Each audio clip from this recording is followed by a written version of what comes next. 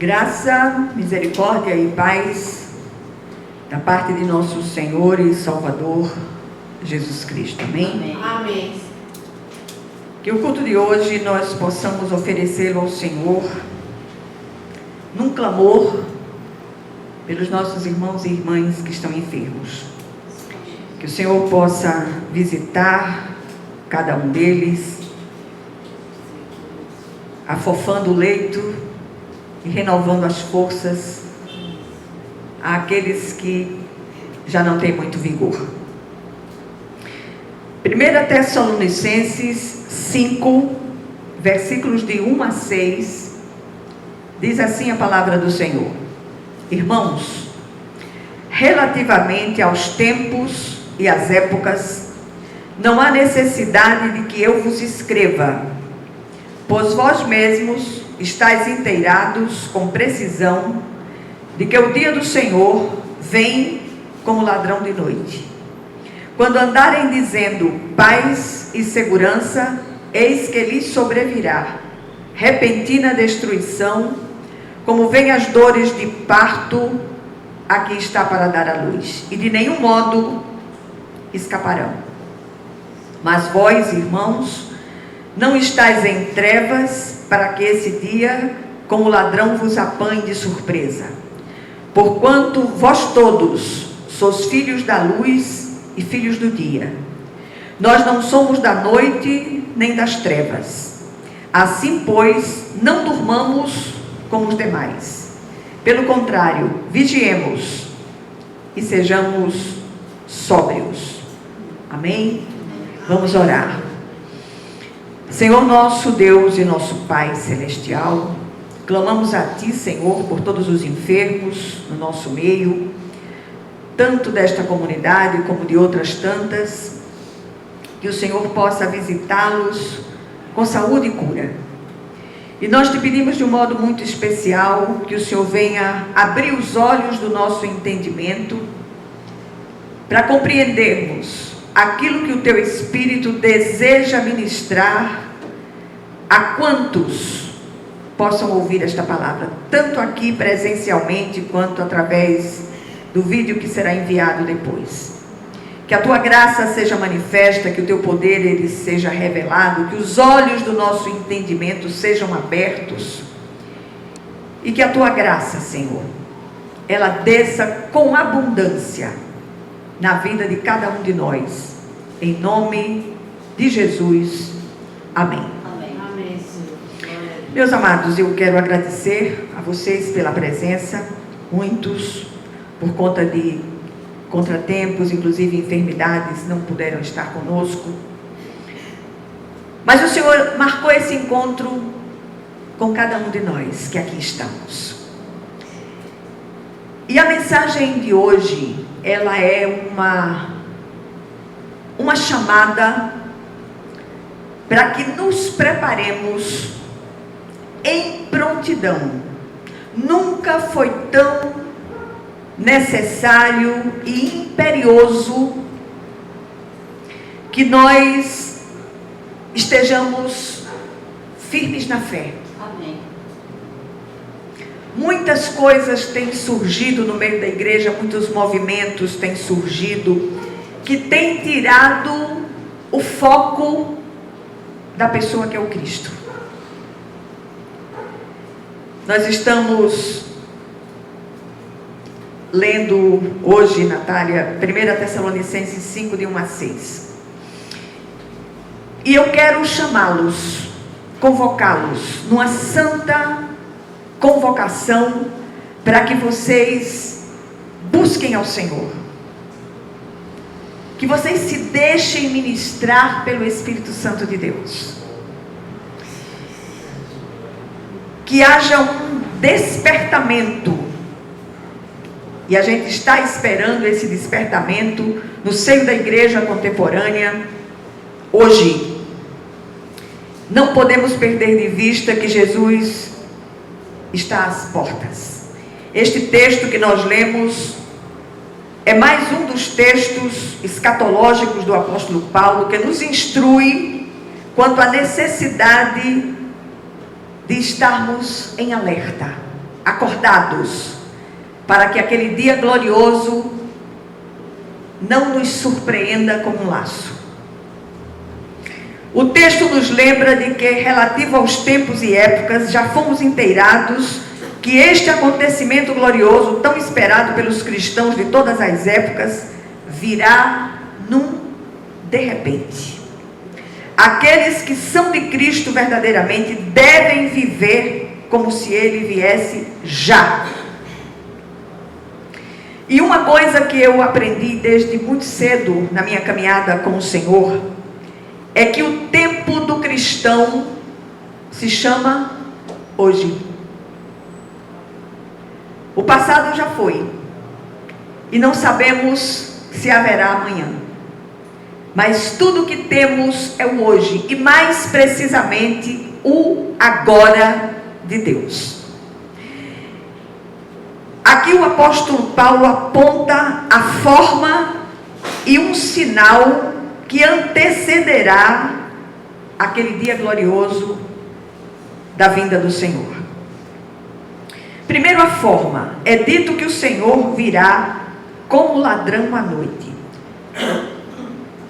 Muitos acham essa figura não muito adequada, mas o que é que o apóstolo está querendo dizer aqui? Ele está falando num de repente. E o Senhor está dizendo para cada um de nós hoje: não se descuide, eu estou chegando. E será assim, rápido.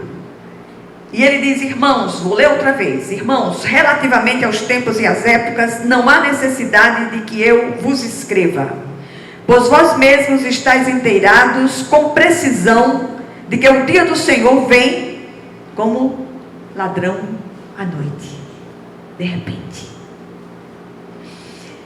Essa figura aponta para algo repentino, sem aviso prévio.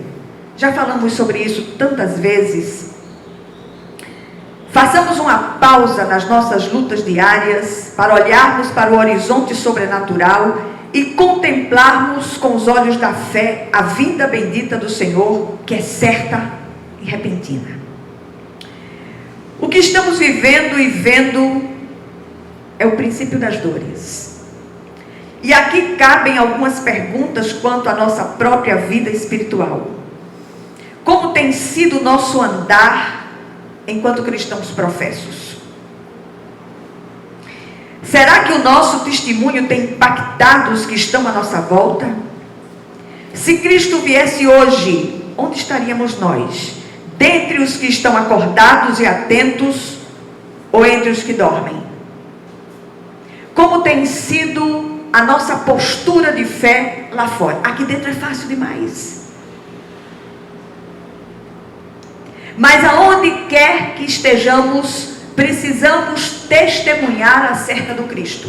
E eu não estou falando de palavras. Testemunhar com palavras é fácil demais. Mas testemunhar com a vida, com a lisura, com uma vida reta diante de Deus e diante dos homens. E muitas vezes eu ouço determinadas retrucações com relação a determinadas posturas nos negócios, por exemplo. Ah, é porque a senhora não sabe o que é isso. Eu já fui negociante. E o Senhor nos chama hoje para o testemunho. E nós somos chamados, vou repetir, como filhos da luz, a andar em vigilância e sobriedade. Aí vem o segundo ponto, que é o grande sinal. Quando estiverem falando de paz e segurança, eis que lhes sobrevirá repentina destruição. Torno a repetir: como vêm as dores de parto a que está para dar à luz, e de modo nenhum escaparão. Mas vós, irmãos, não estáis em trevas, para que esse dia como ladrão vos apanhe de surpresa. Porquanto vós todos sois filhos da luz e filhos do dia. Nós não somos da noite nem das trevas. Assim, pois, não durmamos como os demais. Pelo contrário, vigiemos e sejamos sóbrios. Uma das grandes estratégias pedagógicas é a repetição. E Jesus já praticava isso lá atrás. Os apóstolos todos praticavam isso lá atrás. Note que, se você for ler as cartas de Paulo, por exemplo, se você for ler os evangelhos, cada um relatando da forma como recebia do Cristo, a repetição é algo contínuo. E ainda assim não prestamos atenção. Que sejamos sóbrios, atentos, bons alunos. Porque não se tem segunda época na escola da fé. Ou se crê ou não se crê. E a gente tem visto muitos investindo feito malucos, priorizando o material em detrimento daquilo que é espiritual e tem peso de eternidade. Machucamos com atitudes, corremos feito malucos de um lugar para outro, procurando. Hoje tem se visto muito nas comunidades atrações, muitas vezes atrações que parecem circenses dentro da Igreja de Cristo. A única atração que nos faz buscar a comunhão é a palavra de Deus. Que o Senhor, Ele fale aos nossos corações no dia de hoje.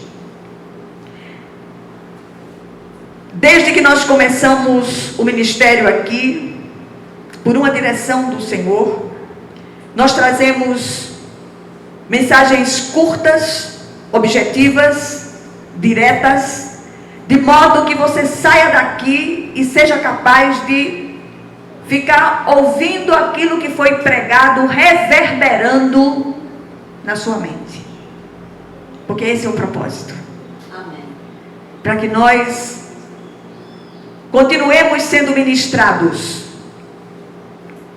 Leia o texto outra vez em casa. Deixa que o Espírito de Deus continue falando ao seu coração. Muitos têm se ausentado do Cristo e das pessoas amadas, filhos, pais, irmãos, cônjuges, numa busca desenfreada pelo ter em detrimento do ser. A frase que mais ouvimos no meio da igreja hoje é: não tenho tempo. O tempo nosso sobre a terra está se esgotando.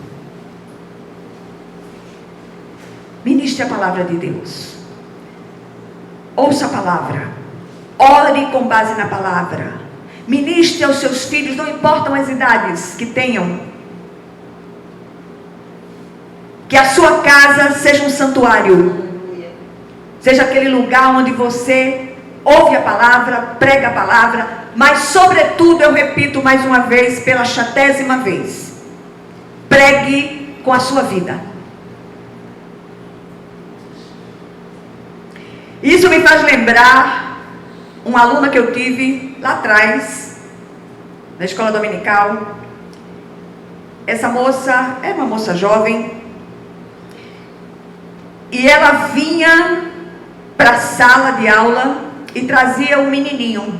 O menininho tinha uns 8 anos, mais ou menos. Mas o menino era daqueles que não se aquietavam, mexiam numa coisa, mexiam. Então ela optou por trazê-lo para a sala de aula.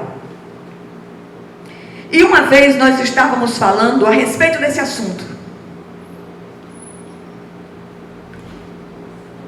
E eu falei a respeito da mentira, eu falei a respeito das coisas que são feitas em casa, diferentemente daquilo que se fala na igreja. E o menininho saltou e disse: mãe, mas você mente. Aí ela olhou para ele e fez aquela cara, como quem diz assim: em casa você me paga. Aí eu disse: eu não vou deixar ela sair daqui e para dar um corretivo nessa criança. E quando terminou a escola dominical, eu disse: você vai ficar aí que eu quero conversar com você. Disse: não, pastora, não é bem assim. Eu digo: não é bem assim não. Aquilo que a criança vê é muito mais forte do que aquilo que ela ouve. Então receba a palavra e viva a palavra. Graças a Deus o Senhor fez uma obra linda na vida daquela moça. E que o Senhor continue operando ali, em nome de Jesus. E eu queria dizer a você: tenhamos cuidado com as sementes plantadas. Elas germinam, quer que sejam boas ou mais. E a colheita pode ser bem desastrosa. Aquele dia da vinda do Senhor poderá ser de luz ou de trevas, dependendo do lado em que estivermos. Que o Senhor nos fortaleça e prepare para aquele dia tão esperado. Nada daquilo que corremos tão avidamente para alcançar levaremos conosco. Só o amor com que nos amarmos uns aos outros. Que possamos atentar para isto e que possamos nos deixar ministrar pelo Espírito de Deus. Um dia uma irmã disse a mim: por que suas mensagens são tão curtas? Eu digo: é curta e tu ainda não presta atenção, imagina se fosse comprida.